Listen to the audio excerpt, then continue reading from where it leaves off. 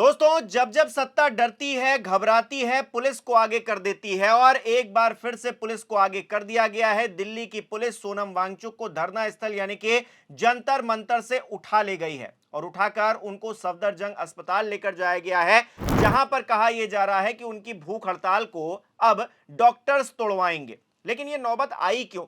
सरकार को क्या यह नहीं लगता है कि 20 दिनों तक उनके पास एक रास्ता था बातचीत का, जिसके जरिए इस पूरे मामले पर एक सॉल्यूशन निकाला जा सकता था, बैठकर बातचीत की जा सकती थी। और ये तो देश के भविष्य की बात कर रहे हैं ना, ये कोई अपनी बात तो कर नहीं रहे हैं कि इनको एक बंगला चाहिए, इनको एक गाड़ी चाहिए। इस तरह की मांगे तो नहीं है सोनम वांगचुक की या फिर जो भी जंतर मंतर पर धरना दे रहे हैं बच्चे, उनकी मांग तो यह है कि जवाबदेही तय होनी चाहिए। धर्मेंद्र प्रधान क्यों नहीं इस्तीफा देंगे इस देश के अंदर, यह सवाल खड़ा हो रहा है। और एक मंत्री के इस्तीफे पर इस तरह की तानाशाही सरकार अगर दिखा रही है तो सरकार की नीयत में कितनी खोट है, दाल में कितनी कालिक है, यह तो सब पता ही चल रहा है। देखिए खबर। वांगचुक को पुलिस अस्पताल ले गई। अनशन का 21वां दिन। सीजेपी फाउंडर दीपके ने भूख हड़ताल शुरू की। कहा सोनम सर को गालियां दी, घसीटा गया। खबर में अंदर लिखा है दिल्ली के जंतर मंतर पर 21 दिन से भूख हड़ताल पर बैठे सोनम वांगचुक को पुलिस शनिवार सुबह सफदरजंग अस्पताल ले गई। प्रदर्शनकारियों ने पुलिस का विरोध किया, जिससे वहां हंगामा हो गया। इसके बाद कॉकरोच जनता पार्टी के फाउंडर अभिजीत दीपके ने जंतर मंतर पर भूख हड़ताल शुरू कर दिया। उन्होंने कहा कि पुलिस ने सोनम सर को गालियां दी, घसीटकर जबरन अस्पताल ले गए।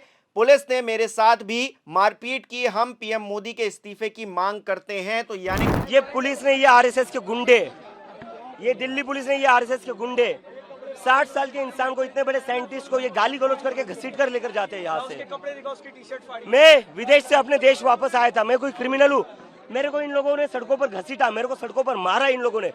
और जब मैं चिल्ला रहा था मदद के लिए, मेरा मुंह दबाया गया दिल्ली पुलिस के द्वारा और कहते क्यों चिल्ला रहा है तू बहुत चर्बी चढ़ी थी तुम लोगों में, अब दिखाते हम तुम लोगों को हम क्या है। ये दिल्ली पुलिस का रवैया, ये गुंडे है, ये पुलिस ने, ये आरएसएस के गुंडे हैं। और ये सोनम सर को कहाँ लेकर गए हमें पता नहीं है, लेकिन आज जो भी हुआ है उससे एक चीज तो साफ हो गई, इस देश में डेमोक्रेसी नहीं है। नरेंद्र मोदी एक तानाशाह है, नरेंद्र मोदी एक तानाशाह है और दिल्ली पुलिस उसकी गुंडागर्दी को आगे बढ़ाती है। ये देश के लिए नहीं है पुलिस, ये पुलिस सिटीजन्स के लिए नहीं है। नरेंद्र मोदी की तानाशाही का जवाब इस देश की जनता को देना होगा। ये जो पूरा मामला है अब धर्मेंद्र प्रधान से मोदी जी की तरफ शिफ्ट हो गया है। अब उनकी सरकार जिस तरह से तानाशाही पर उतारू है, हालांकि गृह विभाग के अंडर आती है दिल्ली पुलिस, क्योंकि दिल्ली पूर्ण राज्य नहीं है, वहां की जो पुलिसिंग है वो अमित शाह जी देखते हैं। तो अमित शाह जी की तानाशाही का एक नजारा हम देख रहे हैं, जहां पर अभिजीत दीपके रो रहे हैं। सोनम वांगचुक को पुलिस इस तरह से उठा ले गई है, हंगामे जैसा माहौल है। और ये सब क्यों हो रहा है दोस्तों? सवाल बड़ा ये है, ये सब इसलिए हो रहा है क्योंकि सरकार जवाबदेही तय नहीं करना चाहती है। सरकार अपने आप को सबसे ऊपर समझती है, इस देश से ऊपर, इस देश के भविष्य से ऊपर, इस देश की व्यवस्थाओं से ऊपर, सभी से ऊपर मोदी जी हैं, अमित शाह जी हैं, उनके तमाम मंत्री हैं, ये पूरी सरकार है। और हम सब क्या हैं? हम सब अगर कोई मांग करेंगे तो हमारी मांगों को पहले तो अनसुना किया जाएगा और उसके बाद अगर लगेगा कि बात हद से ज्यादा बढ़ रही है, पानी नाक के ऊपर जा रहा है, तो फिर जबरदस्ती की जाएगी। जबरदस्ती किस तरह से की गई है, तस्वीरें लगातार मैं आपको दिखा रहा हूं और ये तस्वीरें कहीं ना कहीं अपने आप में लोकतांत्रिक व्यवस्था में धब्बा लगा रही हैं, लोकतांत्रिक व्यवस्था को चकनाचूर कर रही हैं। जो व्यवस्थाएं हमारी हैं उनको ध्वस्त कर रही है, जो कि हम बैठकर बातचीत कर सकते हैं। लोकतंत्र हमें यह सीख देता है, गांधीवादी विचारधारा इस देश में चलती है, जहां पर हिंसा नहीं अहिंसा का सहारा लिया जाता है। और यहां पर हो क्या रहा है? मोदी जी के राज में सोनम वांगचुक, जो कि शिक्षाविद हैं, हालांकि इनके जो नेता लोग हैं, अभी भारतीय जनता पार्टी के एक उपाध्यक्ष है ना प्रदेश के अंदर, उत्तर प्रदेश के अंदर, वो तो कह रहे थे कि सोनम वांगचुक कोई शिक्षाविद नहीं है, ये तो चाइनीज एजेंट हैं। अब बताइए, इस तरह की विचारधारा जिन नेताओं के अंदर होगी वो यही करेंगे। जो तस्वीरें आ रही हैं उसमें कोई हैरानी वाली बात नहीं है, ये तो होना ही था, ये तो होना ही था, ये तय था। लेकिन अब सवाल ये है कि ये कितना आगे तक जाएगा, क्योंकि अब अभिजीत दीपके सोनम वांगचुक की जगह ले चुके हैं। उन्होंने कहा है कि सोनम वांगचुक को भले ही उठा ले गए हैं, लेकिन हम अब अपना धरना शुरू कर रहे हैं, अब अपना प्रदर्शन शुरू कर रहे हैं, अब अपनी स्ट्राइक शुरू कर रहे हैं, अब हम भूखे बैठे। गुंडे और क्रिमिनल्स लोगों को किडनैप करते हैं, वैसे सोनम सर को किडनैप किया।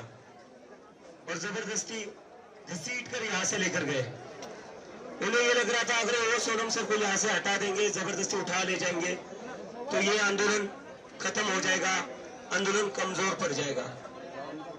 लेकिन अब सोनम सर की जगह मैं इंडेफिनाइट हंगर स्ट्राइक पर बैठ रहा हूँ, मैं अपना अनशन शुरू करने जा रहा हूँ और मेरे साथ यहाँ पर हमारे स्टूडेंट्स और साथी है, नेहा है, मनीष है, वो लोग उन लोग अमीन हमारे ये सारे लोगों की हंगर स्ट्राइक पहले दिन से जारी है और मैं भी अपना इंडेफिनाइट हंगर स्ट्राइक शुरू कर रहा हूँ आज से। तो बिल्कुल भी कोई मत रहिए कि ये आंदोलन पीछे हटेंगे, इस गलत फहमी में मत रहिए। ये आंदोलन अब बहुत बड़ा होगा। इन लोगों ने बहुत बड़ी गलती की है, हमारे साथ मारपीट करके, स्टूडेंट्स के साथ मारपीट करके सोनम सर को घसीट कर इन लोगों ने इनकी जिंदगी की सबसे बड़ी गलती की है।